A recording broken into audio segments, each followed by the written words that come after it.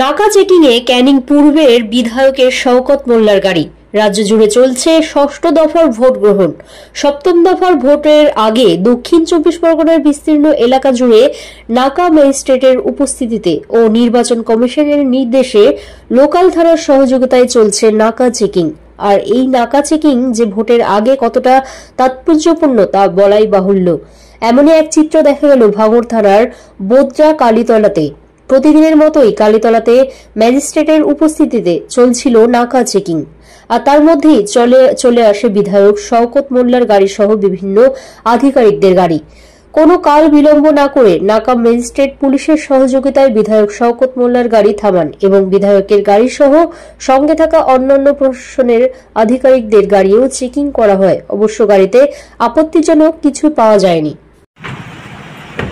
না, কলকাতা পুলিশকে আমি ধন্যবাদ জানাবো যে এত রাত্রেও যে এখানে নাকা চেকিং হচ্ছে এবং প্রত্যেকটা আমাদেরও গাড়িগুলো যে সার্চ করছে, এটা খুবই ভালো।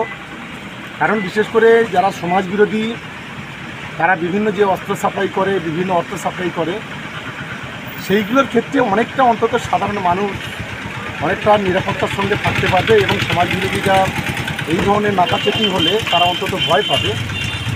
যে কাজ আজ কলকাতা পুলিশ করছে, আমি তাদেরকে সমস্ত প্রশাসনকে ধন্যবাদ জানাই।